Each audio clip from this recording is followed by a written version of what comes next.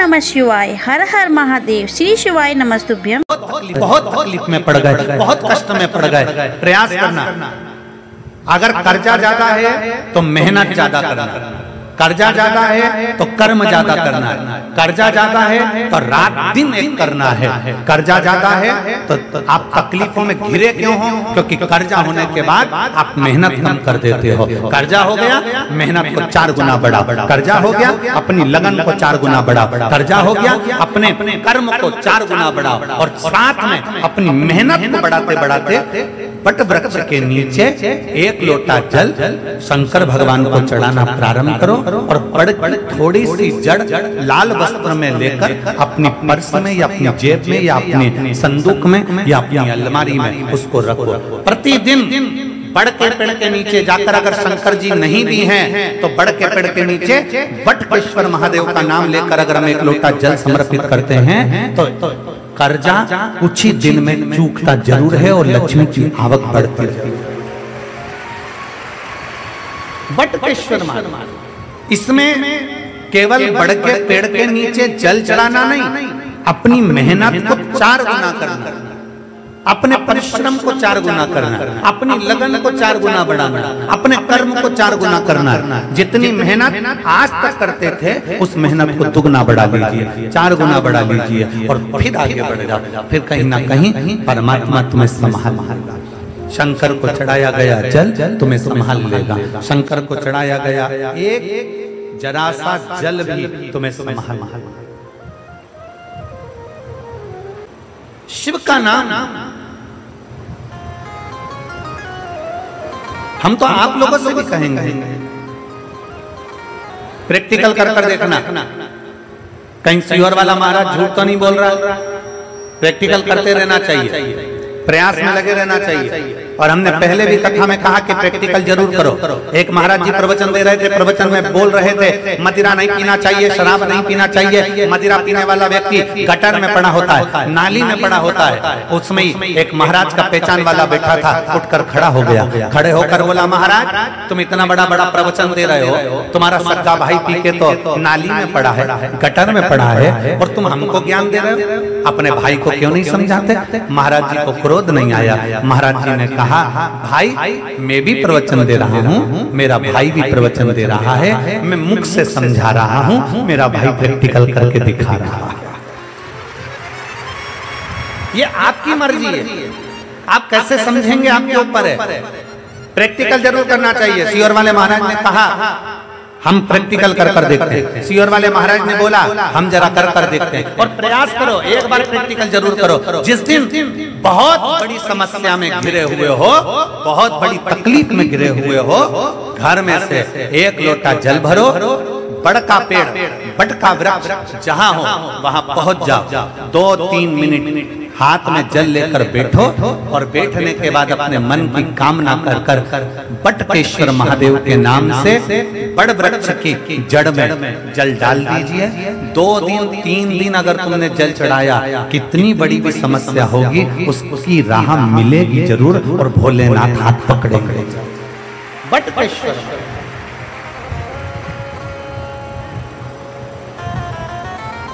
और तेरे बिना प्रभु,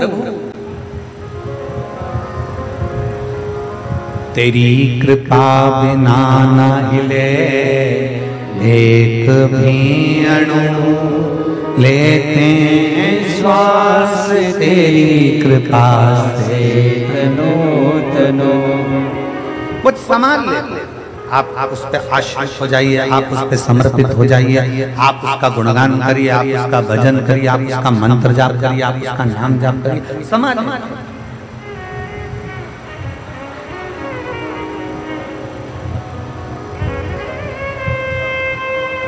बीमार होते हो, डॉक्टर के पास जाते हो,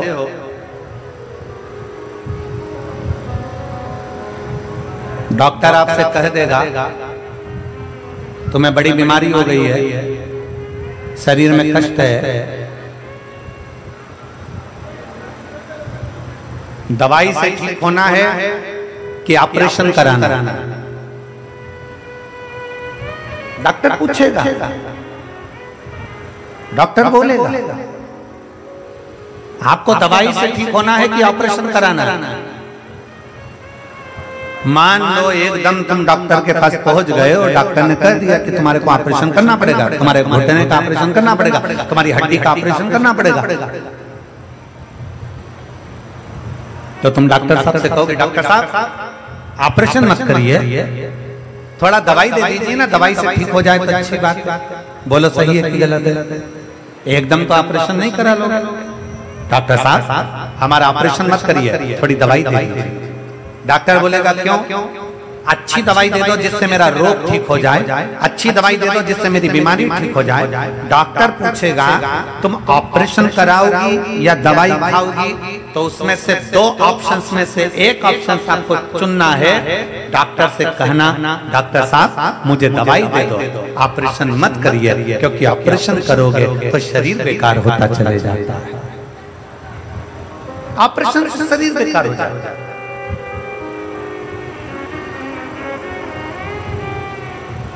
डॉक्टर ने कहा मैं दवाई दे रहा हूं, ऑपरेशन की जरूरत नहीं पड़ेगी, पर इतना याद रखना इस दवाई को 3 टाइम खाना, सुबह, दोपहर और जम के बोलो जरा शाम। ये दवाई 3 टाइम खाने की है। सुबह खाना, दोपहर में खाना, शाम को खाना। सुबह की दवाई को पानी से ले लेना, दोपहर की दवाई को भोजन के बाद ले लेना, और शाम की दवाई को सोने से पहले ले लेना। ये 3 दवाई मैं तुझे दे रहा हूं। रेगुलर खाना, 1 महीने तक खाना, 1 महीने के बाद मैं जांच करूंगा कि ऑपरेशन की जरूरत तो नहीं है। 1 महीने तक तुमने दवाई खाई, दवाई खाने के बाद डॉक्टर के पास गई, डॉक्टर साहब देखो मेरे को ऑपरेशन की जरूरत तो नहीं। डॉक्टर बोलेगा क्यों? अच्छी दवाई दे दो जिससे मेरा रोग ठीक हो जाए, अच्छी दवाई दे दो जिससे मेरी बीमारी ठीक हो जाए। डॉक्टर पूछेगा तुम ऑपरेशन कराओगी या दवाई खाओगी, तो उसमें से 2 ऑप्शंस में से एक ऑप्शन आपको चुनना है। डॉक्टर से कहना डॉक्टर साहब मुझे दवाई दे दो, ऑपरेशन मत करिए, क्योंकि ऑपरेशन करोगे तो शरीर बेकार होता है। मेहनत आप करना, थोड़ा परिश्रम आपको करना, थोड़ा प्रयास आपको करना, फिर बाबा पर छोड़ दो। एक पत्र,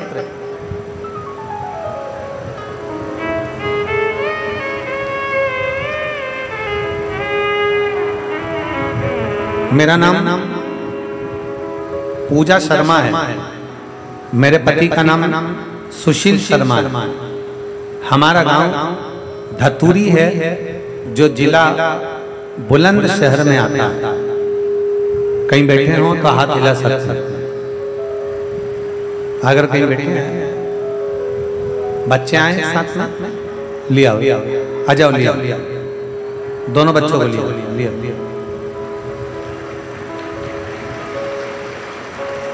गुरुजी मेरा नाम पूजा शर्मा है, मेरे पति का नाम सुशील शर्मा है। हमारा गांव धतूरी है, जो कि जिला बुलंदशहर में। गुरुजी पत्र को आप लोग एलईडी के माध्यम से पढ़ सकते हैं, आस्था चैनल के माध्यम से पढ़ सकते हैं। मेरा नाम पूजा शर्मा, पति का नाम सुशील शर्मा। हमारा गांव धतूरी है, जो कि जिला बुलंदशहर में है। एक लोटे जल का मैं महत्व क्या वर्णन करूं गुरुदेव। गुरुजी मेरी शादी को हम 5 साल, 6 साल, 7 साल, 10 साल, 15 साल, 18 साल इंतजार करते रहे। 19 साल हमने इंतजार करा। 19 वर्ष तक मुझे संतान का सुख नहीं। शादी को 19 साल निकल गए गुरुदेव। डॉक्टरों ने भी कह दिया था, डॉक्टरों को जब दिखाया तो डॉक्टरों ने कह दिया कि आप कभी मां नहीं बनेंगे। गुरुदेव डॉक्टरों ने एक रिपोर्ट के माध्यम से मुझे बता दिया था कि मैं कभी मां नहीं बन सकती। गुरुजी मेरी बड़ी बहन अंजू शर्मा ने बताया, सीहोर वाले मिश्रा जी कथा करते हैं, और उनकी शिव महापुराण की कथा उमा पब्लिक स्कूल से ग्रेटर नोएडा में चल रही है। जिस समय पर 2023 में आप Uma public school greater Noida में कथा करने के लिए आए थे, तब मेरी बहन ने मुझे कहा कि इनकी कथा यहाँ हो रही है, और मैंने उनकी कथा में सुना है, पंडाल में बैठकर जो मांगा जाता है बाबा देता जरूर। पंडाल में बैठकर जो मांगा जाता है बाबा देता जरूर है। मैंने अपनी बहन से कहा तो क्या मैं कथा में आ जाऊं? मैं अपना गांव धतूरी छोड़कर केवल एक दिन के लिए कथा में पहुंच गए और एक दिन की कथा मैंने ग्रेटर नोएडा के पंडाल में बैठकर श्रवण करी। श्रवण कर बाबा को प्रार्थना कर वहां की रच को प्रणाम करा और नमन कर बाबा से विनती करी, बाबा मैंने सुना है कि पंडाल में बैठकर कथा सुनने वाले की आप गोदी भरते हो, झोली भरते हो। बाबा आज मैंने भी कथा सुनी है, आप कृपा करना। डॉक्टर ने मना कर दिया, 19 साल हो गए शादी को। डॉक्टर कहते हैं मैं कभी मां नहीं बन सकती, पर तेरी कृपा होगी तो सब होगा। मेरी बहन एक दिन की कथा सुनाकर मुझे अपने घर ले आई और मुझसे कहा कि सफेद आंकड़े की जड़ का प्रयोग कर, सफेद आंकड़े की जड़ को लाकर तुमरुका जी का नाम प्रयोग कर, सफेद आंकड़े की जड़ को लाकर तुमरुका जी का नाम लेकर तुमरुकेश्वर महादेव के नाम से शिव मंदिर में खड़ी होकर लाल धागे में उसको कमर पर बांध। मैंने बांधा। पशुपति नाथ का व्रत हम पति पत्नी ने दोनों ने करा।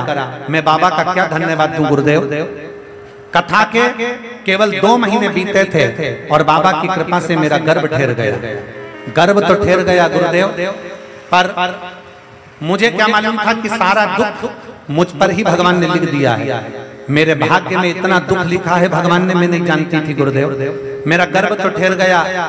डॉक्टर ने कह दिया कि तुम्हारे गर्भ में 2 बच्चे हैं। मुझे क्या मालूम था कि मेरे गर्भ में 2 बच्चे हैं और दोनों बच्चे गर्भ में थे।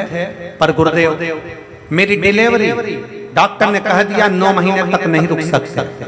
मेरा 5वां महीना पूर्ण हुआ था, 6वां महीना मुझे लगा था और 6ठे महीने के केवल 12 दिन हुए थे गुरुदेव और मेरा गर्भ दर्द होने लगा, तकलीफ होने लगी। डॉक्टर ने कहा कि अभी की अभी ऑपरेशन कर दोनों बच्चों को निकालना पड़ेगा। 6 महीना 12 दिन के मेरे 2 बच्चे थे। मैं ऑपरेशन कराने के लिए हॉस्पिटल जाती उससे पहले मैं शंकर जी के पास चली गई। शिव जी को दोनों हाथों से जल चढ़ाते हुए बोली, बाबा तू मेरी लाज मत रख। पर वो सीहोर वाला प्रदीप मिश्रा तो चिल्ला चिल्ला कर कहता है कि शंकर है हाथ पकड़ने वाला, तो दुख क्या होगा। 6 महीने में मेरा बच्चा जन्म ले रहा है। 6 महीने में मेरे बच्चे जन्म ले रहे हैं। 6 महीने के बच्चे तो जीवित भी नहीं रहते। बाबा तू बचा ले मेरे बच्चों को। 19 साल के बाद मुझे औलाद हुई है। मैं बाबा को आज धन्यवाद देने के लिए आई हूँ। 6 महीना 12 दिन के मेरे दोनों बच्चों को ऑपरेशन कर निकाला गया और बाबा की कृपा से डॉक्टर भी आश्चर्य में हैं कि ये 6 महीने के दोनों बच्चे जीवित कैसे हैं।